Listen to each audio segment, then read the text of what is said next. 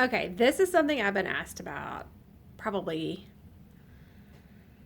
I don't know, close to 100 times now, and I apologize for it taking me so long to get to this video, but hey, I'm here now. Okay, so a lot of people ask me, what does a typical homeschool day look like for you?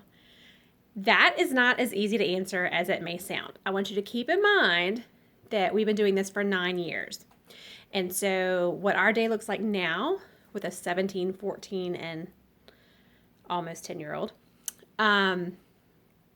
looks very, very different from when we started out and we had oh gosh, however old because I can't remember when people's birthdays were then.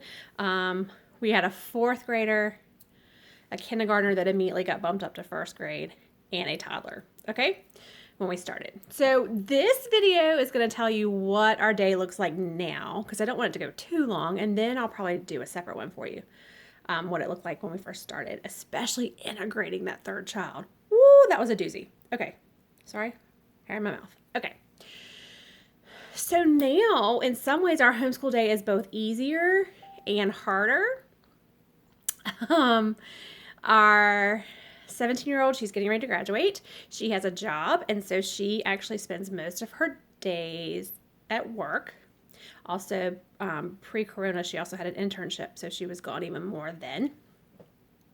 And now her internship's online, so she's at least here for that. So she in some ways sets her own schedule. I give her what's due by the end of the week kind of thing, and she gets that done. So she tends to work the early morning shift, so she gets up and goes and does that, is home in the afternoon and gets schoolwork done afternoon, evening. Sometimes she comes home and takes a nap, eats dinner, and then gets it done. And that's okay, because we're teaching her independence, right? She's getting ready to go off to college, and she needs to learn how to manage her own time efficiently and get stuff done within a deadline. That's just a good life skill. I do still grade some of her subjects. We have lengthy conversations about books she's read, and so that's kind of what it's looking like for her. She was supposed to be dual enrollment, but since that was just going to be online, we kind of decided what was the point. So we've been doing most of it at home. She did take a few dual enrollment classes for this past summer. Okay. So the middle child, he's the one that actually got bumped up a grade because his birthday is so close to our local school cutoff. It would have made no sense to hold him back. So he's 14. He also works, he's over in the corner giving me a thumbs up. He also works fairly independently. He is my very early riser. And here's the biggest thing. Of course, the phone's going to ring now.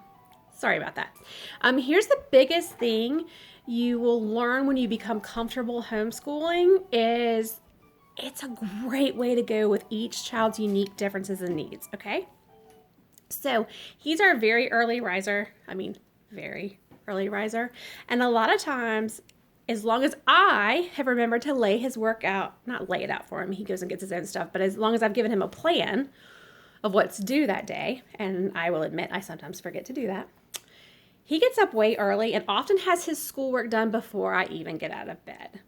That's just the way he rolls. And so then he likes to do a bunch of math lessons at once, and I grade them once a week. Other stuff we discuss. He's my talker. So he loves to discuss stuff and come up with these random fabulous thoughts that we can flesh out. So that's really fun.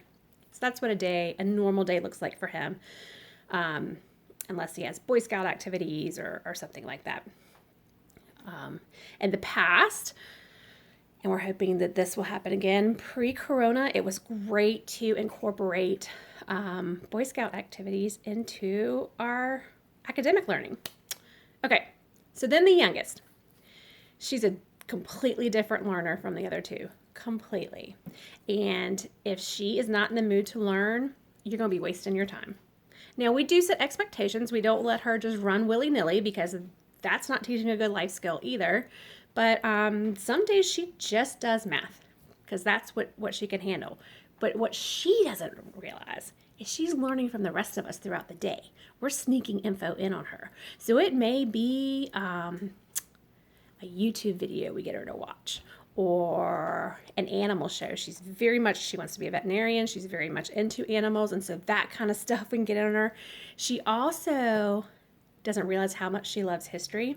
She saw some of her older brother's history books and they looked really interesting, and she asked to start reading them. And so she's already reading upper middle school, lower high school history books, and she just thinks they're fun and interesting. So we don't tell her any differently. Okay. So my biggest requirement is you must read daily. It can be a book of your choosing, and they tend to do that. They leave that for bedtime because we don't allow electronics in the bedroom. And I'm not telling you that's what you need to do. That's just our personal family decision. And so they've read school stuff throughout the day, and sometimes they just sit down and read fun stuff during the day too, but they definitely read in the evenings. That's my big thing. The more you can get your children to read, even if you think you're not teaching, they are learning, and they are learning well. And if you take the time to discuss those things with them, it expands their brain even more.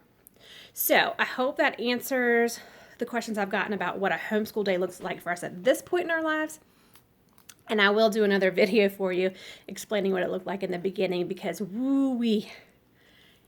it's a miracle that I managed to hang in there some days. And that's completely normal and understandable too. So take care, and I will link the next video below so you can find that as well.